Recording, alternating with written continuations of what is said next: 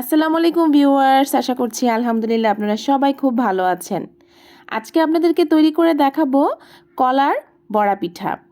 দেখা যায় ঘরে অনেকটা কলা থাকে বা যখন বাজার থেকে আনা হয় একদমই ফ্রেশ থাকে, বাচ্চা বড় সবাই খায়। তবে থাকতে থাকতে দেখা যায় একটু স্পট হয়ে যায় গায়ে অথবা একটু বেশি পেকে যায়। সে পর্যায়ে কিন্তু কলাগুলো অবহেলায় ঘরে থাকে, কেউই খেতে চায় না। তো সেই কলাগুলো দিয়ে আজকে আপনাদেরকে দেখাবো মজাদার কলার বড়া পিঠা। কোনো প্রকার বেকিং পাউডার বেকিং সোডা ছাড়াই আপনারা সকাল বিকালের নাস্তার জন্য ঝটপট তৈরি করে নিতে পারবেন। তো আর দেরি না করে চলুন রেসিপিটা দেখে নেওয়া যাক। এখানে আমি অনেকটা পরিমাণ চম্পা কলা নিয়েছি, আর আপনারা যে কোনো ধরনের কলা নিতে পারেন, তবে একটু খেয়াল রাখবেন যাতে কলাগুলো একটু বেশি পাকা হয়, এতে করে পিঠাটা তৈরি করতে খুব সহজ হবে। এখানে আমি সবগুলো কলা এভাবে ছিলে নিলাম। এরপর এখানে দিয়ে দিচ্ছি ঝোলা খেজুরের গুড়। আমি এখানে মিষ্টির জন্য খেজুরের গুড় ব্যবহার করছি, আপনারা চাইলে আখের গুড় অথবা চিনিও পছন্দ অনুযায়ী ব্যবহার করতে পারবেন বা নিতে পারবেন। এরপর দিয়ে দিলাম স্বাদ মতো লবণ। এবার কলাগুলোকে ভালো করে আমি ম্যাশ করে নিচ্ছি।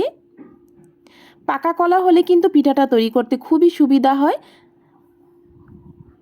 কলাগুলো মাখানো হয়ে গেলে এর মধ্যে আমি দিয়ে দিচ্ছি বেশ কিছুটা কোরানো নারকেল কোরানো দিলে কিন্তু পিঠাটা খুবই মজার হয়। আর হাতের কাছে যদি না থাকে না দিলেও চলবে, কোনো সমস্যা নেই। দিয়ে দিচ্ছি সেদ্ধ চালের গুঁড়া 2 কাপ পরিমাণ। এরপর আমি ঘরে যে রুটি তৈরি করি যে আটা দিয়ে, সেই আটা দিয়ে দিচ্ছি প্রায় 2.5 কাপ পরিমাণ। আটাটা দেওয়ার ফলে পিঠাটা আরও নরম হবে। এবার ভালো করে মেখে নিব। এবার নর্মাল পানি আছে, আমরা যে খাবারের পানি রাখি নর্মাল পানি, সেই নর্মাল টেম্পারেচারের পানি অল্প অল্প করে দিয়ে ডোটা মেখে নিব। অতিরিক্ত পাতলা করা যাবে না, একটু আঠালো আঠালো থাকবে বড়া তৈরি করার জন্য। তো সেরকম করে আমি ব্যাটারটাকে ভালো করে তৈরি করে নিচ্ছি। অল্প অল্প করে পানি দিয়ে আমি ব্যাটারটাকে তৈরি করে নিয়েছি। আর এই ব্যাটারটা তৈরি করে কিন্তু কোনো প্রকার রেস্টে রাখার প্রয়োজন নেই। আর আপনারা যদি হাতে সময় থাকে আধা ঘন্টার মতো সময় দিলেও চলবে, আর না দিলেও কোনো সমস্যা নেই, সাথে সাথেই তৈরি করতে পারবেন।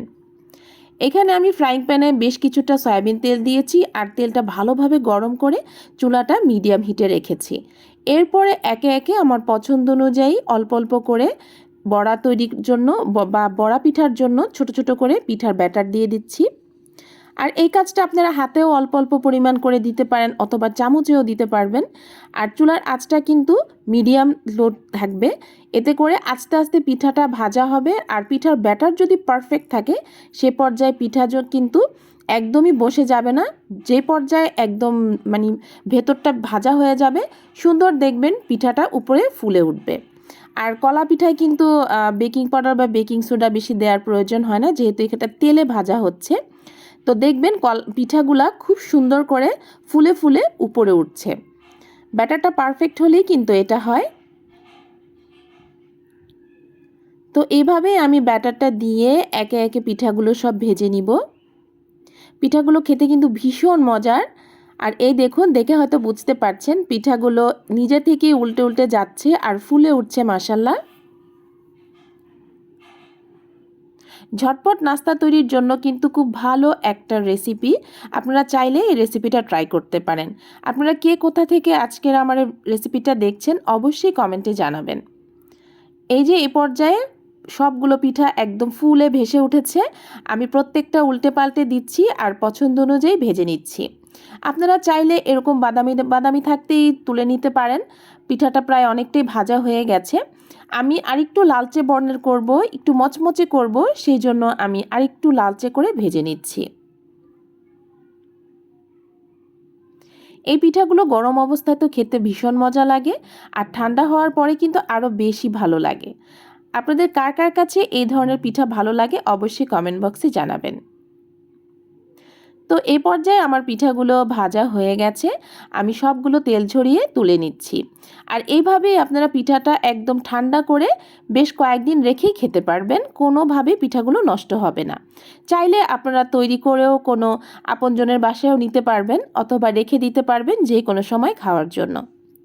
তো আজকের রেসিপিটা যদি ভালো লাগে রেসিপির জন্য অবশ্যই একটা লাইক দিতে কিন্তু ভুলবেন না, আর চ্যানেলটা সাবস্ক্রাইব করে আমাদের পাশে থাকবেন।